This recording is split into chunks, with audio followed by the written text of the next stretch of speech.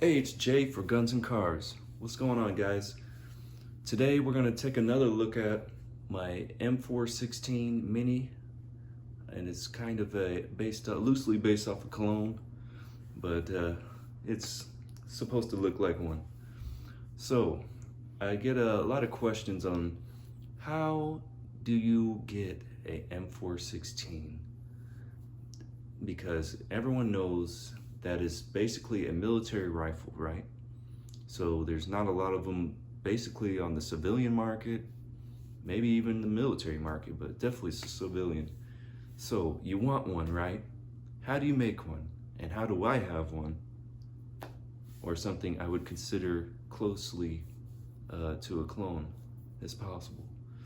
So basically I thought of that one day and I was just like, how can I make this wonderful gun that everyone loves? It looks cool on all the pictures and stuff that I've seen, and I even seen another clone up close, and it was like an actual one by H&K, and it looked pretty badass. So I was like, man, how do I get one of those on the cheap, on the lowdown? So I was like, there's got to be a budget way I can build one. So I was just brainstorming. I was like, what if I search up AliExpress or Alibaba, one of those Chinese websites. They have lots of airsoft clone stuff that you need to build, that you can use that to build your favorite rifles you always wanted to build, but you don't want to pay an arm and a leg for. So let me show you what I came up with. Ta-da! It's beautiful, isn't it? Nah, I'm just kidding. This is basically a little laptop bag that I made fit my gun, and it fits in there pretty well. I mean, you wouldn't be able to tell if it was in here or not, so I always thought that was cool. But it makes a great truck gun for if you're gonna follow my recipe on how I made this gun. You kind of want to go piece by piece, because as you can see, it's a small, nice, basically a PDW package. So let me show you what I got in here. So we got a laptop bag right here. You see how it fits perfectly in there? You wouldn't be able to know that was there. So let's take a look. Boom. Wowee wow. We got the tack light on there, strobe. This is a Tacon. I think it's a pistol and rifle light. I guess you can use both, but it's a rechargeable one, and I love how small it is. You see how compact it is? It doesn't even take up like 3 rail spaces on there. We've got a Sig Romeo 5. We all know that's the legendary red dot for these guns. The battery life is really great, 50,000 hours or so. And we've got a Sylvian Arms folding brace adapter or rifle adapter, and with the SB Tactical, everyone knows this type of pistol brace. And we've got a 20 round curved 7.62x39 magazine, because this is a 7.62x39 gun.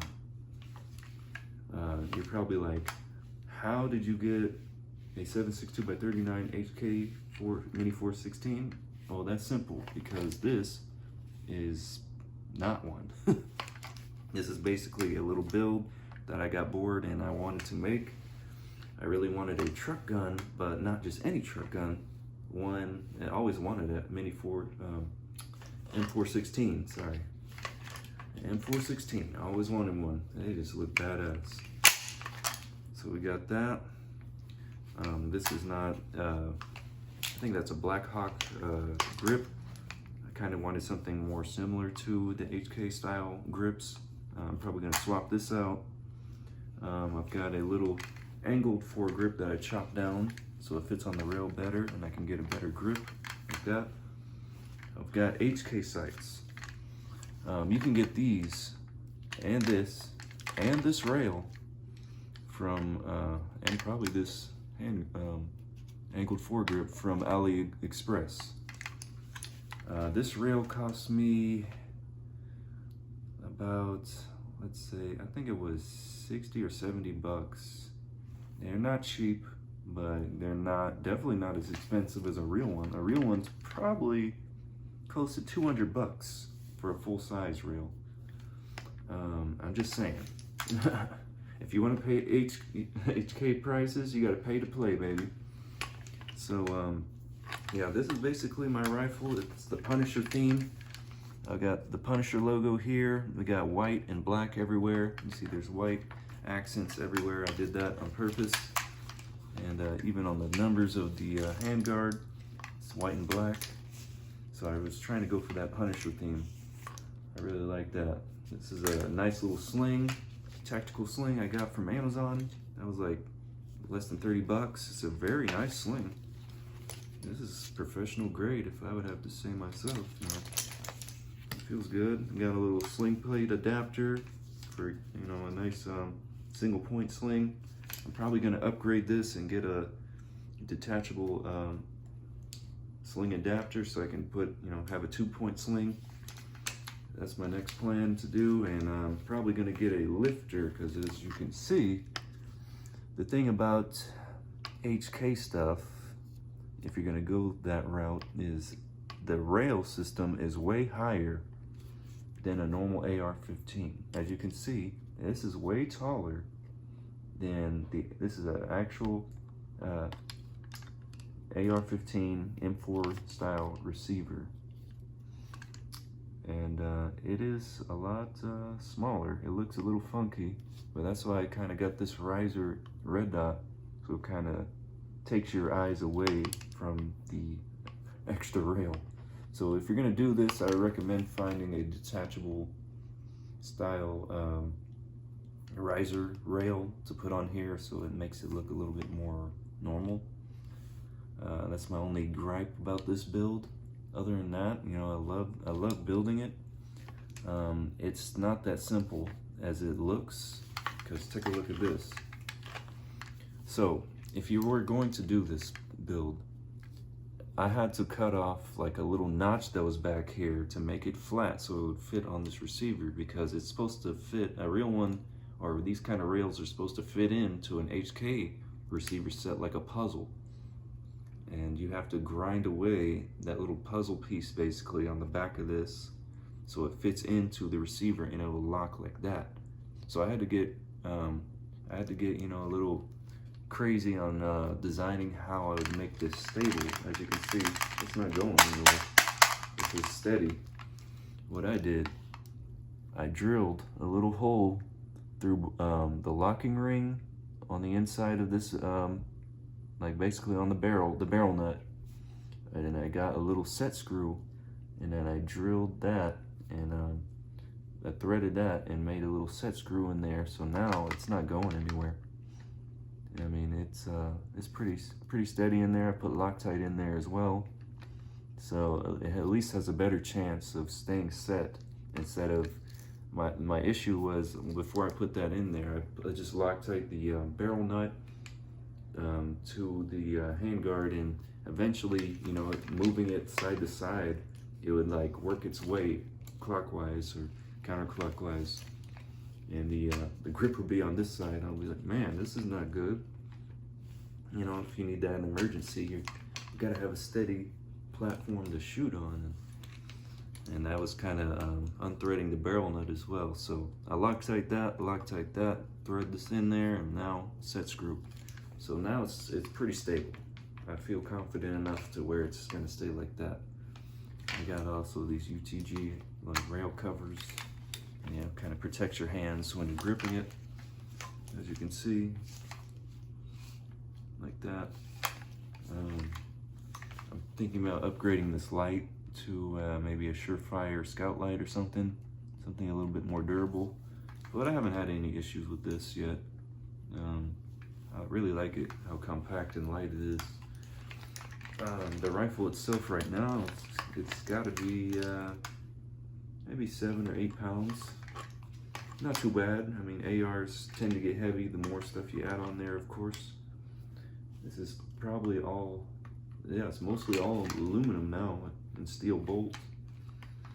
What you guys need to know, about it, these folding adapters, you have to have this spacer in there that it usually comes with, and you got to remove this in order to get to your bolt carrier if you need to remove that. So this is a solid steel plug that goes into your bolt carrier. Oops. So once that's out, you are able to open your pins so you can get access your bolt carrier. And from there you can do what you need to do, maintenance and stuff. So I just wanted to let you guys know, if you never had one of these, if you want a compact gun like this, you have to deal with that and know how to work it. I got a basic mil-spec trigger on there, nothing fancy there. And the whole reason why I wanted to do this kind of build is the fact that this is a 7.62x39 gun. And I think HK has it now, but back in the day they didn't have any HK. I mean 7.62x39 M416s or clones of that gun. So as you can see, that steel case Tula 7.62x39 open tips, and this is a 20 round steel Duramags. Go with the Duramags if you want a reliable gun. I've heard stories that any other kind of magazines for 7.62x39 AR-15s, that it's not really a good option. They always jam up or something. But if I was y'all, don't go past 30 rounders. I wanted the 20 rounds because I heard these are the most reliable, and they have that curve that I wanted for HK416. They always have a curved magazine like that, so I wanted something that looked so similar, but in a miniature platform. I've got the HK sights, Alibaba. I painted it with some glow-in-the-dark paint so I can see them at night. Once you shine some light on there, and it absorbs the light. And I also put it here. This is a adjustable gas piston. I mean, not a gas piston, a gas block. It's an adjustable gas block, just like everything else. This is a normal AR-15 underneath this stuff. It doesn't have a piston. This is a 7.5-inch barrel, 7.62x39, with a 5/8 and a quarter. No, 5/8 by 24 thread. Yeah, barrel, and that's just a thread protector. I can take that off if I want to, but I have a flash, a blast cannon, a blast deflector, and it doesn't really fit in the bag, my bag that I've got here, so I leave this on here because it's the most compact way to get it in there. But I hope you guys liked the video. Please like and subscribe, and we'll see you on the next one. Pew, pew, pew, pew, pew.